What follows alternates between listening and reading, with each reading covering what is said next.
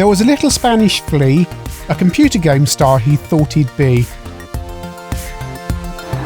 Bugaboo The Flea is a game from 1983 programmed by Paco and Paco, two Spanish programmers, and published in the UK by Quicksilver. You play a flea who is trapped in a cave and you have to jump to escape. And we're starting off on the Spectrum. We've got this introduction sequence. The game's programmed by Indescomp, who later became Amstrad Spain, a wholly owned subsidy of Amstrad. Title sequence depicts you crash landing or heading towards a planet where you're going to crash land. The story basically goes that you walk along the surface and you end up trapped in this cave and you have to escape from it.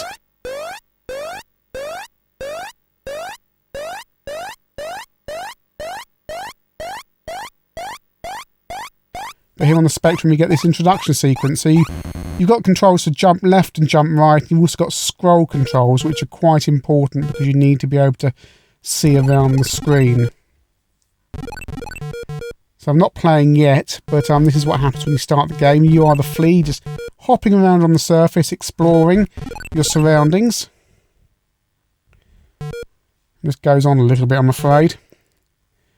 Funny triangular things appear on the edge of the some of the scenery there, as you can see. It's obviously attribute problems. You fall down, the scrolling is awful, and here we go. This is where the game truly begins. Right, so... And the more you hold down the left and right keys, the further you jump, and the power bar at the bottom shows you how far you're going to jump. If you hold down the key for too long, it loops back to the lowest power again, so it's not just a question of holding it down for as long as you can, or for as long as it maximises the power for, rather. It's a case of getting it very precisely timed. I'm using the scroll facility to scroll around to see where I can jump to next. There's a dragon, or well, in some versions it's a pterodactyl, roaming the level somewhere who will eat me. And some of these plants that you can see, not on the screen at the moment, there's the dragon. Some of the plants, if you touch them, you die. Basic spot effects. It's a little bit frustrating because you've got to get that power exactly right and you have to make split-second decisions. Also easy to get trapped, as I am here. And the flea... Oh, I've been eaten. I've been eaten by the dragon. Game over. Let's give that another go.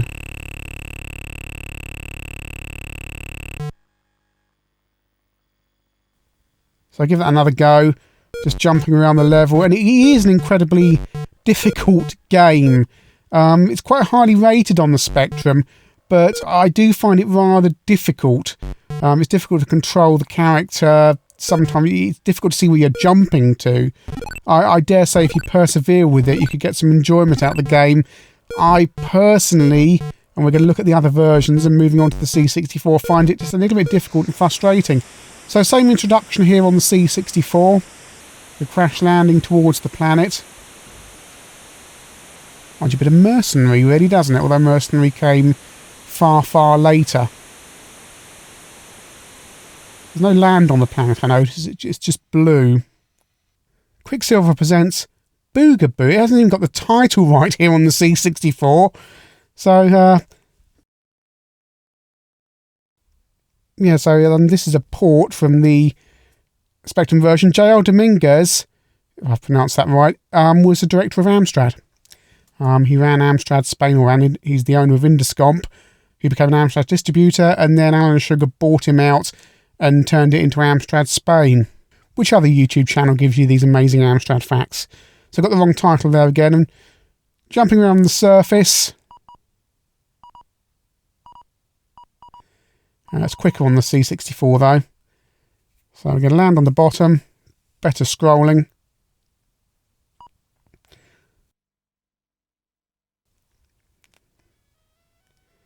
And you get a tune on the C64 and it will get on your nerves very, very quickly because it loops round very fast.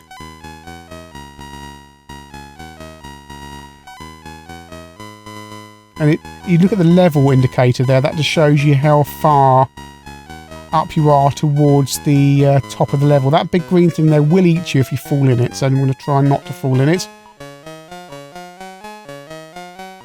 That said, I've fallen in it. Nice animation when you get eaten.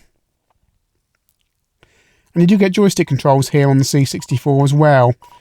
Well, that said, I find it more immediate on the keyboard. So down we go again. Let's give this another go. Little eyes looking at you from the distance.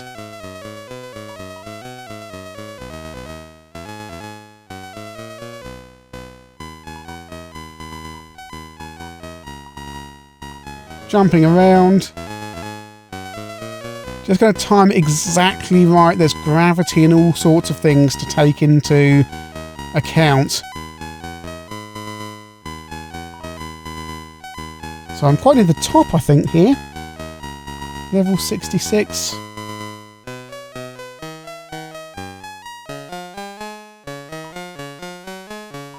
Oh no! You see, you just hit the ledge at the wrong angle. You get too close to the edge and you fall down. Now I did it again. No. That's kind of the story of this game. You've got to be so precise. And this is on the easiest level. As you go on, there's more poisonous plants around. The pterodactyl / dragon seems to get more aggressive. Not seen him for a while actually on here. The AI on the dragon / pterodactyl isn't too good, so he can sometimes get jammed into places. Which can be to your advantage. Over to the MSX, and this is also called Booga-Boo. So, again, I don't know, perhaps I don't know what they intended to call it. I'll have to check the packaging. I would have assumed the Spectrum title screen would have been right, as it's the original. We're falling down here. Nice graphics here on the MSX, nice and colourful. Far more colourful than the Spectrum version, and we appear to be using the hardware sprites. Because look how smooth the jumping is. It really is smooth. So nice to see that on the MSX, because the hardware's quite capable of doing this. And between the versions, the maps are similar but not identical.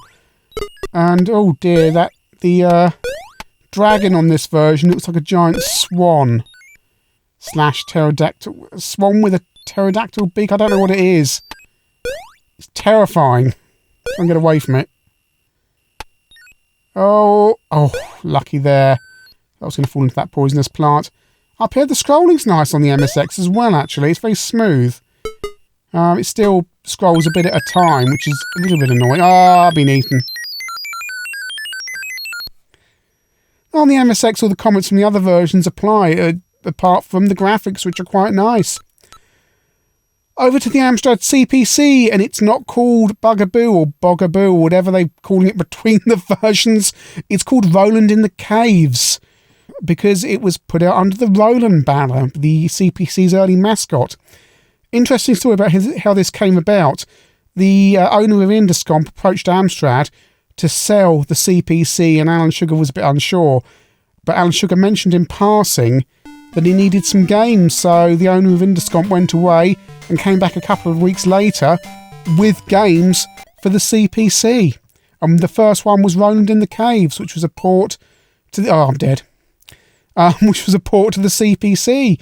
So we'll give that a go again. It's keyboard only. Roland falls down into the caves. Lovely mode 0 graphics here on the Amstrad with pseudo... You can't really say 3D, but there's depth, which the other versions don't really have. There just seems to be a depth in the way they've drawn the graphics, which looks really nice. And it definitely looks like a pterodactyl on the Amstrad. I've fallen into the pink goo, and I'm dead. Well, I should be able to do this. I've been playing this game for 30 odd years. Right, let's do this. Okay. Up here. Right, I'm using the scroll facility. The scrolling on the Amstrad isn't particularly good. And yay, I'm out. Woo! Right, level 2. I want me to do level 2. Try the same route. Lots more pink goo around now already. Fallen down. I've fallen down. So, Bugaboo The Flea, or Roland In The Caves, depending on which format you're on. It's an interesting game. It feels like a modern iPhone game, really. That simple control method, not too much depth there. The idea you give it a few minutes and perhaps come back to it another time. I find the Spectrum, Commodore 64 and MSX versions a little bit frustrating. Now, this could just be me. It could be that I've had 30 years with the CPC version and I'm used to it, whereas I'm not used to the other versions. And Spectrum owners are probably saying, Chinny, you know, it's a really good game on Spectrum. But I didn't really enjoy it that much. It just seemed a little bit too basic and a little bit too fiddly. C64 version, the music was getting on my nerves, although I was getting further into the game and it's a little bit more polished.